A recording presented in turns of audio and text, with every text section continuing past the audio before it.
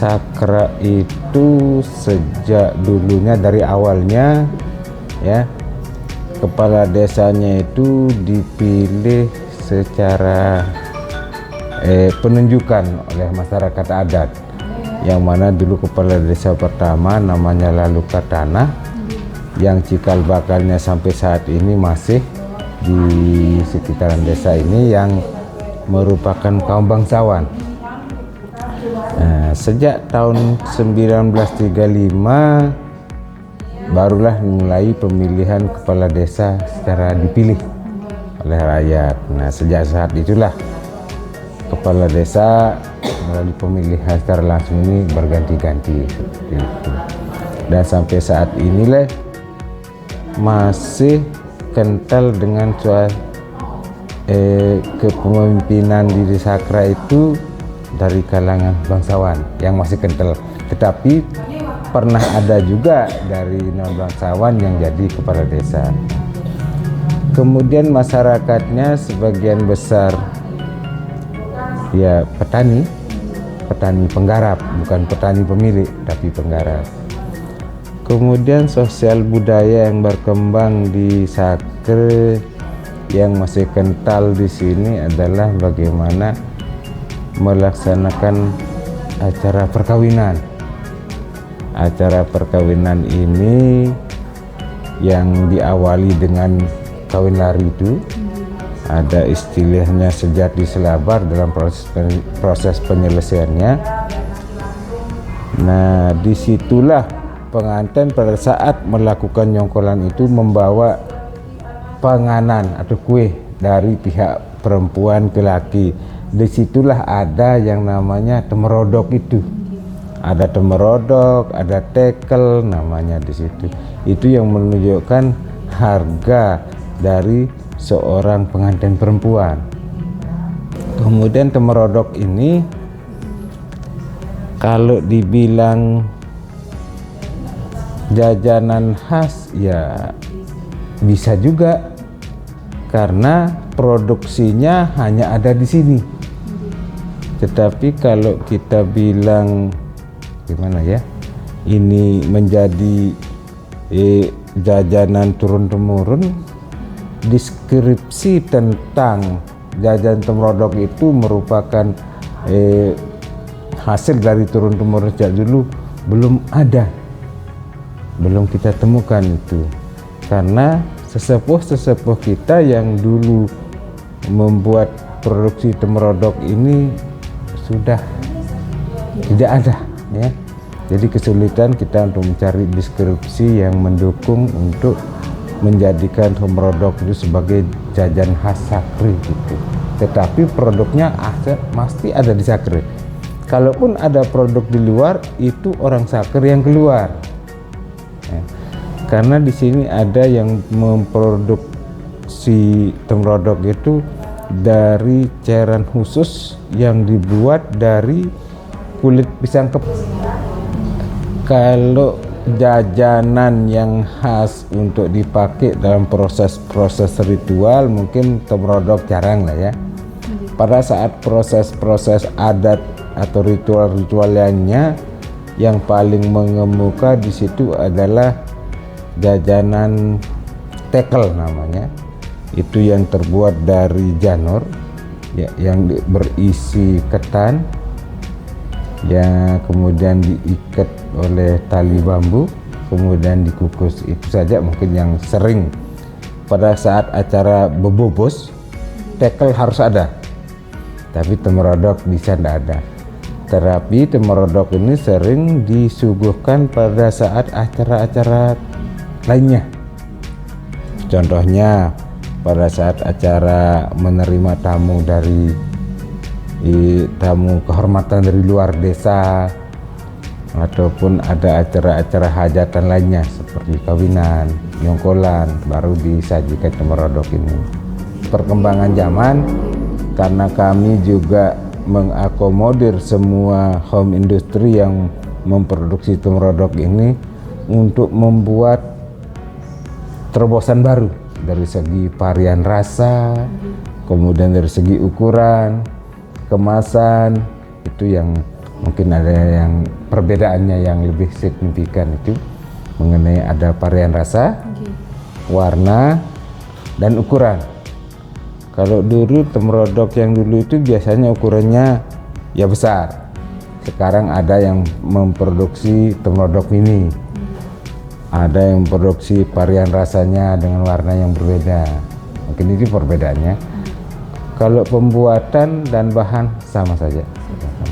Untuk saat ini, untuk tetap menjaga eksistensi dari pembuat temrodok ini, kita arahkan untuk membuat kelompok-kelompok pembuatan dan produk ini yang melibatkan banyak orang di situ. Kemudian juga kita adakan pelatihan di desa ini, bekerja sama dengan, kebetulan di perpustakaan desa, bekerja sama dengan Feeding Luar, itu mengadakan pelatihan-pelatihan untuk orang-orang muda bagaimana memproduksi temrodok. Kemudian di samping mengadakan pelatihan, kita juga memberikan pengenalan kepada anak-anak, mensosialisasikan bahwa temrodok inilah jajanan khas kita untuk kita lestarikan. Itu saja. Karena di sini produk-produk atau gimana ya, home industry penghasil temrodok ini punya generasi. Ya diturunkan lagi lah keterampilan ke generasi berikutnya. Itu salah satu cara untuk melestarikannya. Mungkin ada Pak Kades lebih tahu, bisa tentang temrodok. Soalnya kan orang muda enggak begitu tahu gimana temrodok. Yang lebih tahu kan orang-orang yang senior. Si dia belum ketemu kan orang-orang yang lebih senior yang wajar. Hanya ada, kan dulu ndak ada orang bisa di sini, ada gawe di dalam laut tuh, di gawe kerajaan masih. Iya, pemekal di dalam laut tuh. Dia gawe di situ, ditemuin lah jajan ini temrodok. Nggak ada orang bisa bikin di sini. Sama papu kan tukang masak di sana dalam laut tuh. Terus neneknya kepala desa dulu Anugerah tuh. Situ dah dulu ditemuin dalam kaleng dan temrodok. Ada orang bawa dari Tanjung Luar, orang Bugis ini yang pertama kalinya buat tuh. Makanya di situ belajar nenek, belajar temrodok ini asalnya dari orang Bugis. Ya, itulah asalnya temrodok. Assalamualaikum warahmatullahi wabarakatuh. Halo, perkenalkan nama Tiang Mbak Irita Hayati dari Desa Sakra. Tiang usahanya kesehariannya usaha temrodok jajanan khas Sakra dan bahan-bahannya sebagai berikut. Niki tepung ketan, akan tetapi kita sangrai dulu ini sebelum kita olah kan. Bahan-bahannya telur, tepung ketan, gula, minyak goreng, sama vanili. Langsung pakai tangan aja. Oh, tangan. Oke. Jadi kita kocok. Nggih. Sebelumnya telurnya niki kita sudah cuci terlebih dahulu nggih, biar tidak terkontaminasi nanti ke adonannya. Bismillahirrahmanirrahim.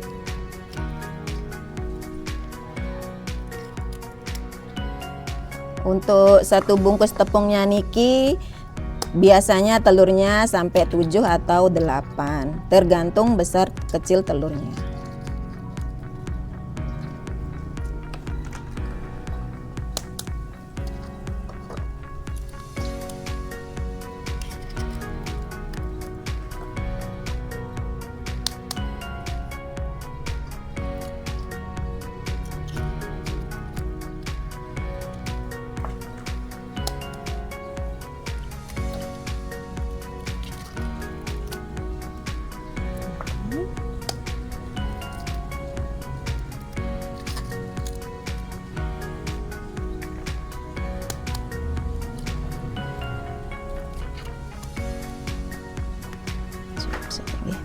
Lalu kita campurkan tepung ketan yang sudah disangrai terlebih dahulu ya.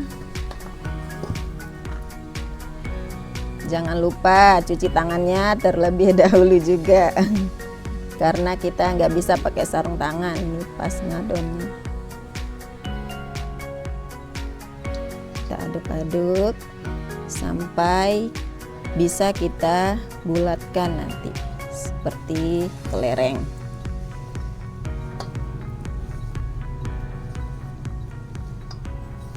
Adonannya itu seperti kayak adonan kecipet nggih, biar bisa dibentuk nanti.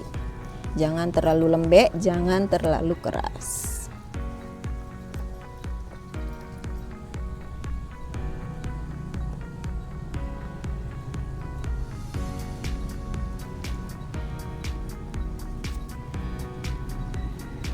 Kalau bunda-bunda mau lebih empuk, nanti jajanannya bisa dicampur dengan tepung ketan yang ditumbuk. Lalu kita jemur dulu, baru kita sangrai.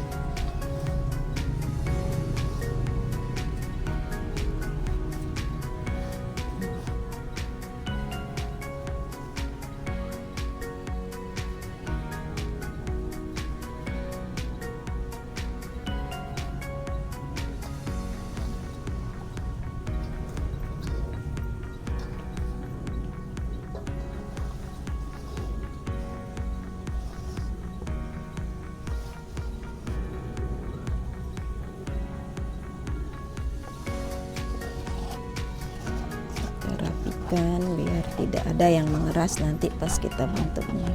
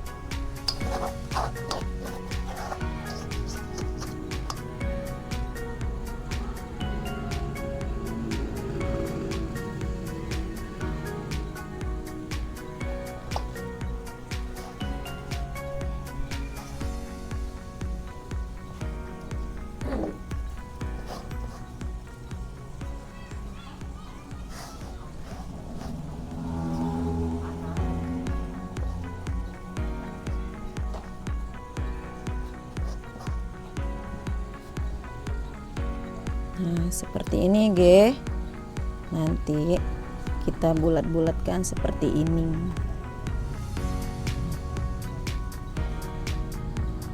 Tuh, biar bisa dibentuk seperti ini baru kita bentuk. Next, kita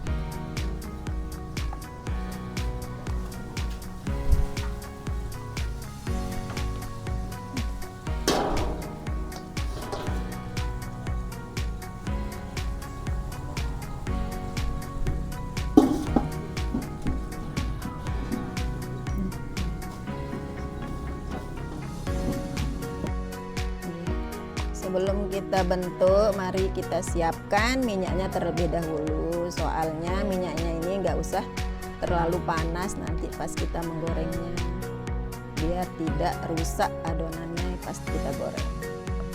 Untuk minyaknya nike bebas nggih,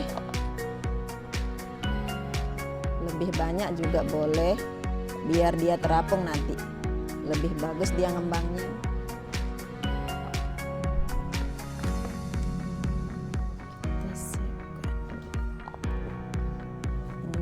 Untuk celupan nanti jempol kita biar tidak lengket sama adonan.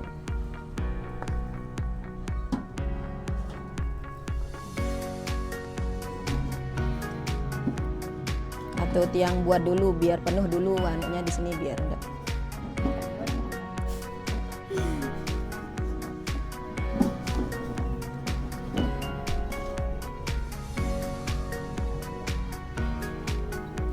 Kita bulatkan dulu adonannya seperti ini nggih. Kira-kira dah, tergantung selera. Ada yang mau ukuran kecil boleh, ada yang ukuran besar juga boleh. Tiang biasanya buat ukuran kecil ada, ukuran sedang ada, ukuran paling besar juga ada. Ukuran yang paling besar nih ke tiang jual 1.000 per bijinya.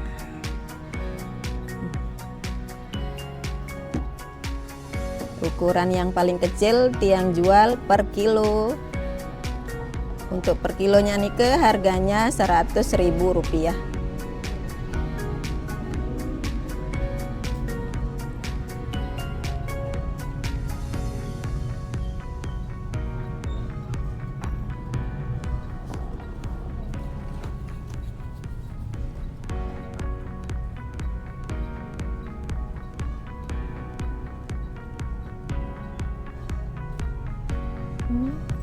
Kita rapikan, lalu kita jepit di tengahnya,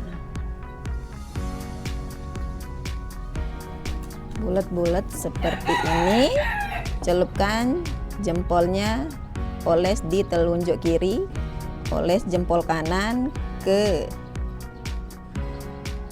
lalu kita bentuk, tekan seperti ini.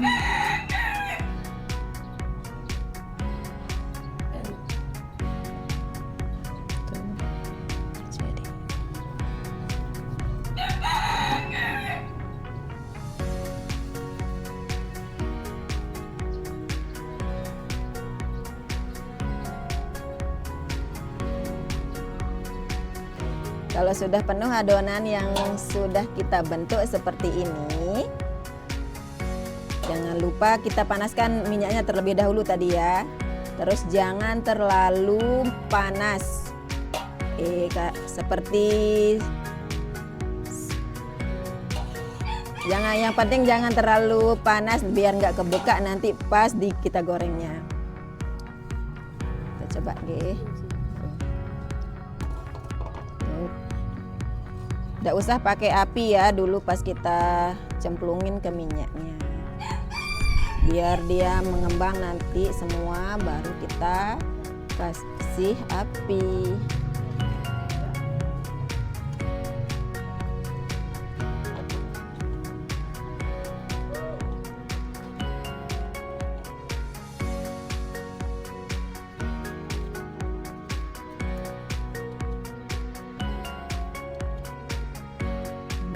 Sudah, apinya sudah dimatiin ya, jangan kita pakai api pas kita cemplungin adonan ke minyak.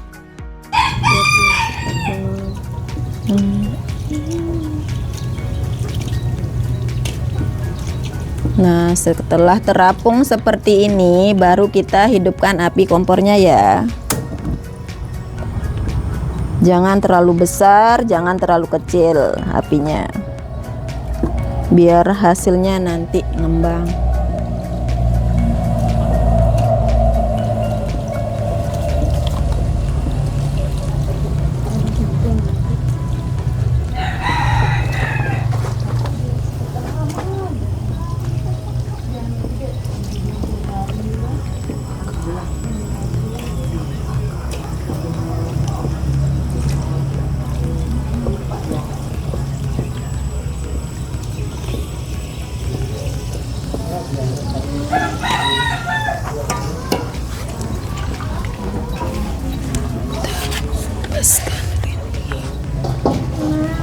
Tiang. Nggih, sekarang nggih. Cabai dulu.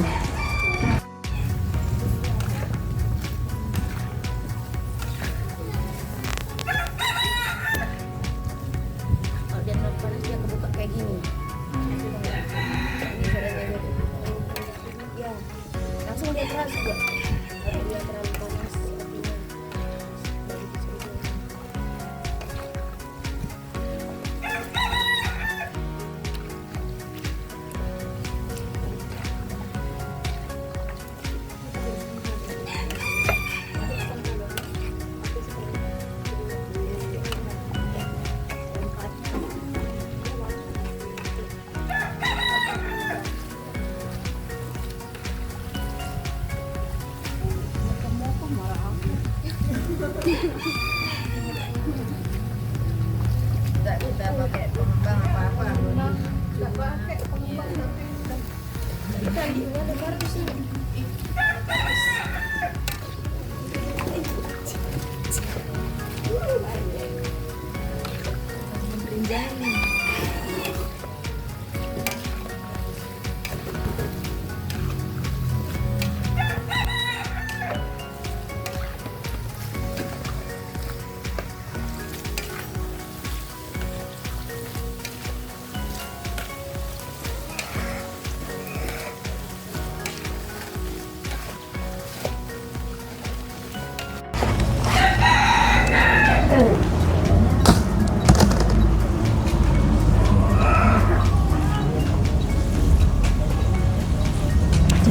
Wajan.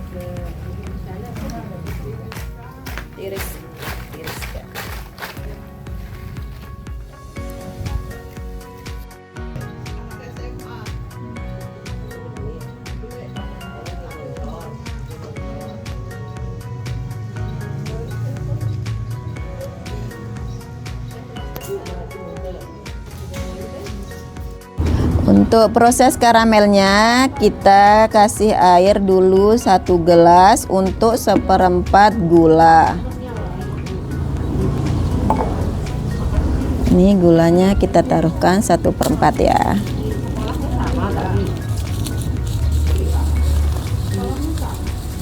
Kita tunggu sampai mengental, baru kita taruhkan jajannya, lalu kita aduk-aduk nanti. Kita tunggu ini sampai larut dan mengental, nggih.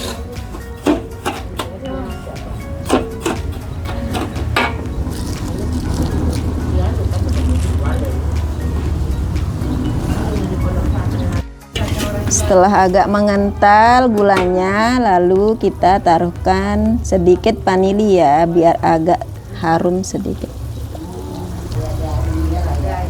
Setelah itu kita aduk-aduk. Baru kita taruhkan jajannya, kira-kira 100 biji lah atau 80 biji.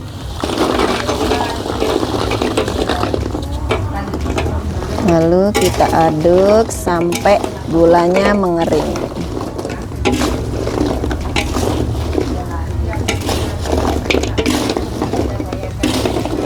Aduk sampai merata, biar nanti agak bercahaya jajannya, putih kayak salju.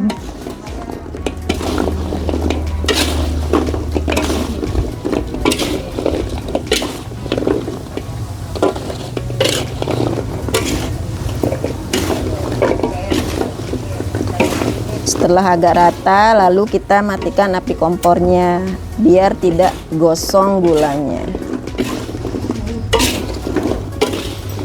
Aduk sampai mengering. Nah, kalau sudah agak mengering seperti ini, baru kita taruhkan di wadah ya.